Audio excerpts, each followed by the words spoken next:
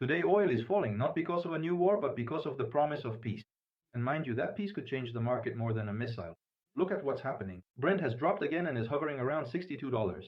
WTI is close to 58.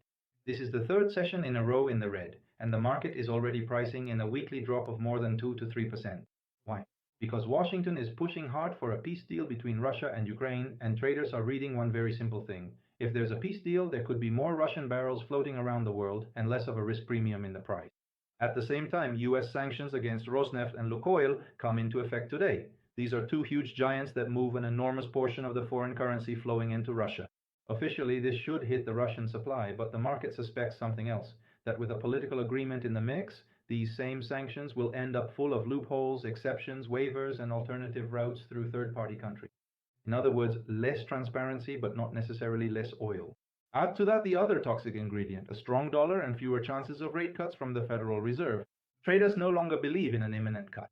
The greenback is strengthening, and every commodity priced in dollars becomes more expensive for the rest of the world.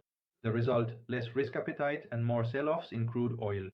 And what's behind the nice sounding headline drop in oil prices? With the barrel at 60 something dollars, the more expensive basins are starting to suffer.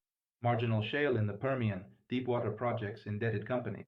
There's already talk of idled rigs and layoffs in the United States. Today, the consumer is celebrating, but if investment sinks, the bill will come later in the form of a new supply crisis and another price roller coaster.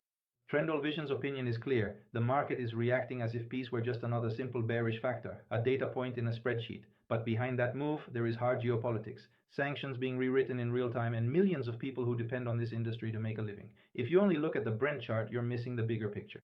Who controls the routes, the refineries, the insurance, and the actual flow of barrels? If you want to understand what's behind every red flag and every rally, I invite you to stay here on the TrendOil Vision channel so you can understand oil like a professional.